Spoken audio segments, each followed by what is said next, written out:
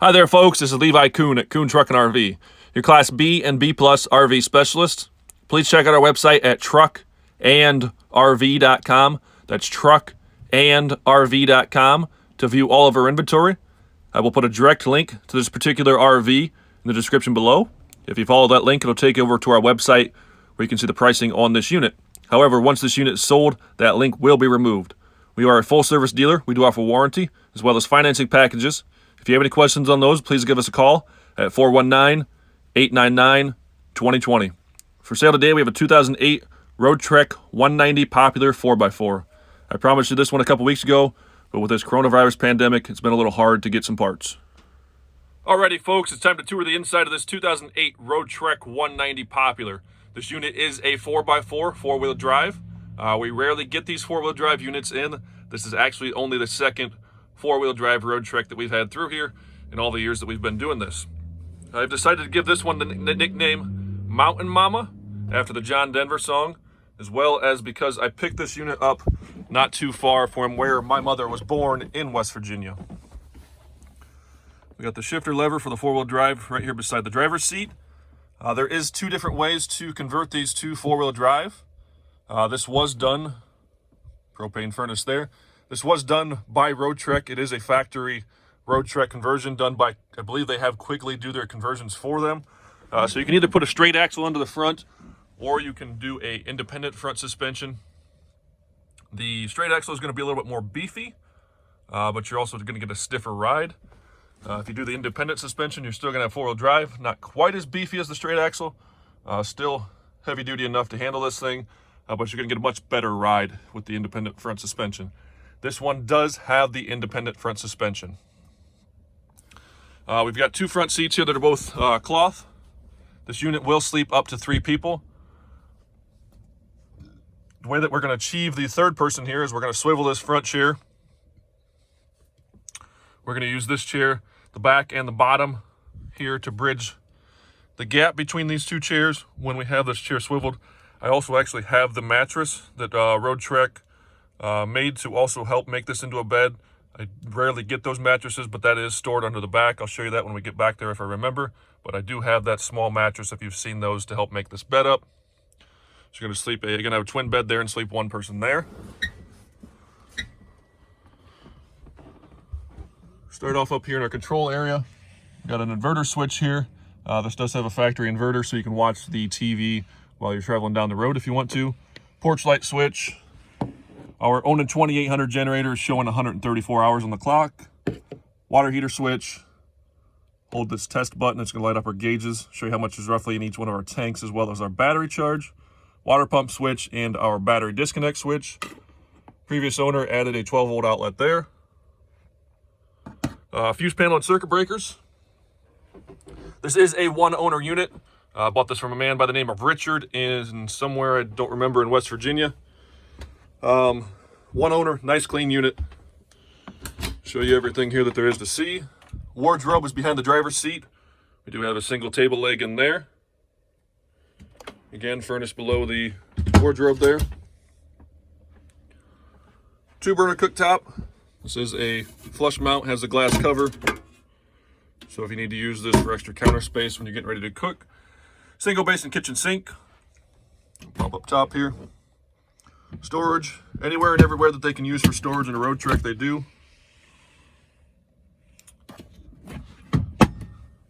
Microwave. Stainless backsplash all the way around this kitchen. One window behind the kitchen there. Okay, I'm going to open this up and scroll down through this. This guy has some handwritten service records. Like I said, this is a one-owner unit. You can see the first one here is in 2010. This is a 2008 unit. But from what I recall, I don't think that this unit sold in 2008. I think it might have been kind of set on a dealer lot for a little bit. Didn't sell till 2009 or so, maybe even into early 2010.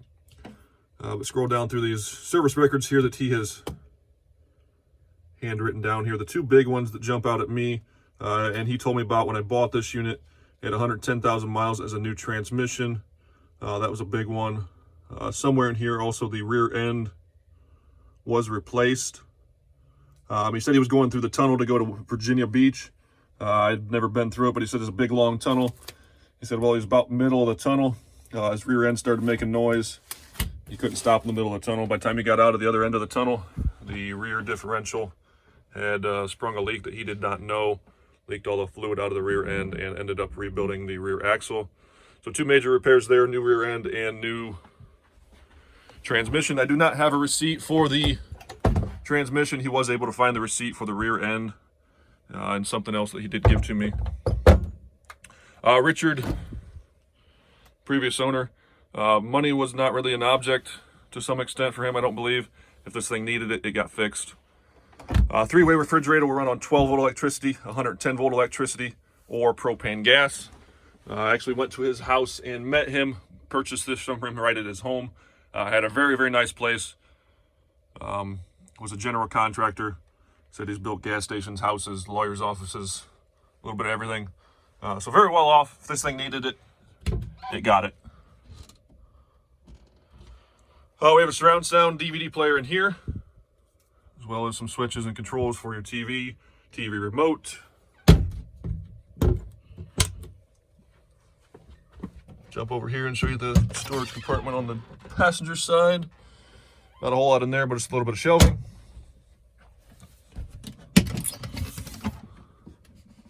Some screens for some windows. These do go all the way back. I'm only going to show you one side, both identical side to side. This does have the Coolcat heat pump. That Coolcat heat pump is going to give you air conditioning. It's going to give you electric heat down to 40 degrees ambient temperature, outside temperature. And then you will, if you get below 40 degrees outside, you're going to use your propane furnace to keep it warm in here. So being the popular floor plan, this is intended to sleep lengthwise. So we're going to sleep one person here and one person here. Upper part of your body is here, your head to your shoulders. So you've got a little bit more space there. If you want to leave this out, it makes it easier to get out of bed at night. If you got to get up and go potty, you kick your feet over and get out of bed easier.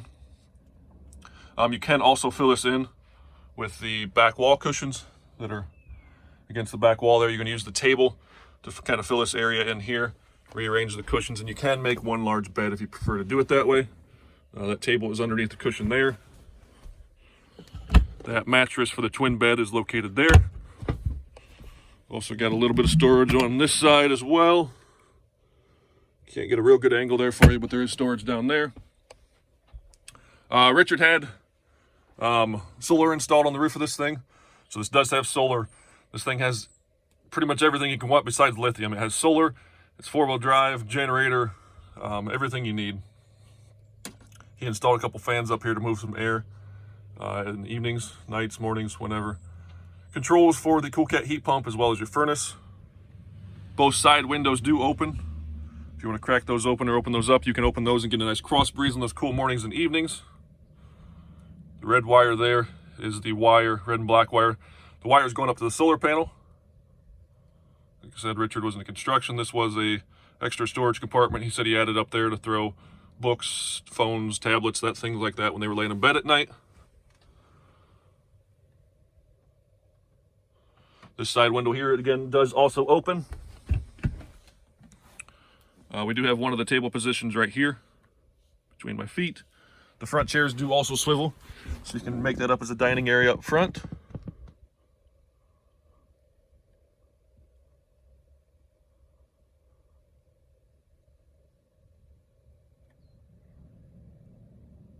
"15.5-inch flat screen TV. Does have that surround sound. Not to jump around on here, but you can see one of the speakers up there. This has the typical Roadtrek style wet bath. I'll open that door up here and show you that in a second. So the way that works is we are actually going to shower in the aisle. So you're going to open the shower door, which is located right here. You're going to pull the shower curtain around this track around you. You can turn on the fantastic fan to exhaust any steam. That also works excellent if you crack these back windows in the evenings, mornings, or even in the middle of the day. That thing moves quite a bit of air. You turn that on, you can circulate quite a bit of air through here. So you're going to pull the shower curtain around you. You're going to stand in the aisle right here. The rug is covering it right now. You're going to pull that rug up this whole gray area all the way up to there. That is a fiberglass formed drain pan. It's going to catch on the seatbelt there, of course. But this up here, there's a trench drain right there. So you're essentially going to stand right here when you shower. When you get done Well, before you start, you can roll this rug up and throw it up front. Most of the time I don't get those rugs because people it's kind of a hassle having to pull it up and down if you're going to use the shower. But you're going to shower there, finish, drop your towel, wipe the floor up, throw the towel in the dirty clothes, or hang it out to dry, and you're back to camping or ready to go to bed. So here's your stool. You're going to open this up. This door here is a two-piece door. So you can swing this door out and kind of fill this gap here to create some privacy towards the front. This cabinet here, this is also a two-piece door. This is going to kind of fill this gap here towards the rear of the coach. Got our shower valve, shower hose laying up there, and our shower curtain.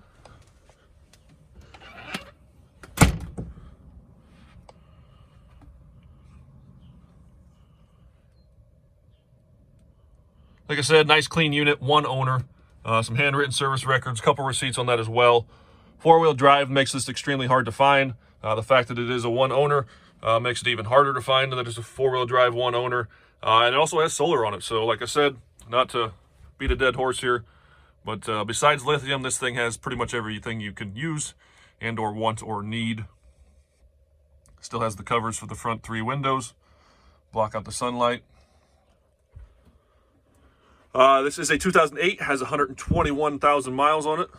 I'm going to call this thing a 9 based on the age, mileage, what should be considered some normal wear and tear on a unit of this age with 121,000 miles.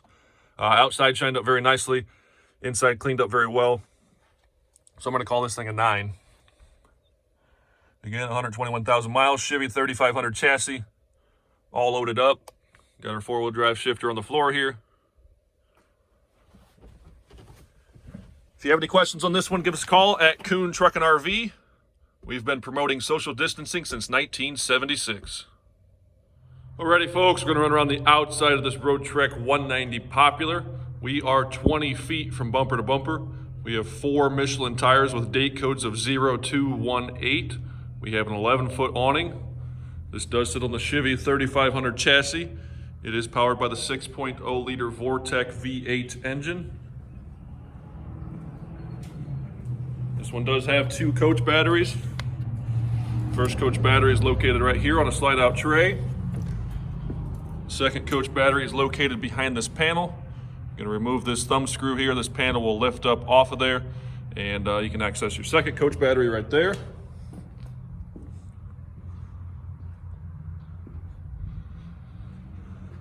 We do have solar on the roof. Spare tire mounted on the back.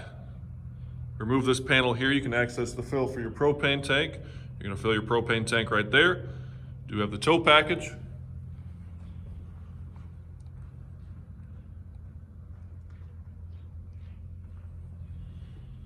Gasoline tank. Water heater. Vent and access to the back of the refrigerator. Vent for the propane furnace. We have our outdoor shower. City water connection is right behind that little tab there. Here we have a storage compartment. Shore power cord is laying in there. Decent sized little storage compartment here. This one does have a macerator pump. Hose is laying right there. You're going to open your gate valves, black and gray. And the switch for your waste macerator pump is right there on the side of the seat, that red button. And last thing, the generator is tucked up underneath the coach where the spare tire would typically would be mounted behind the rear axle. This generator, Onan 2800 generator, is tucked up there behind that rear axle.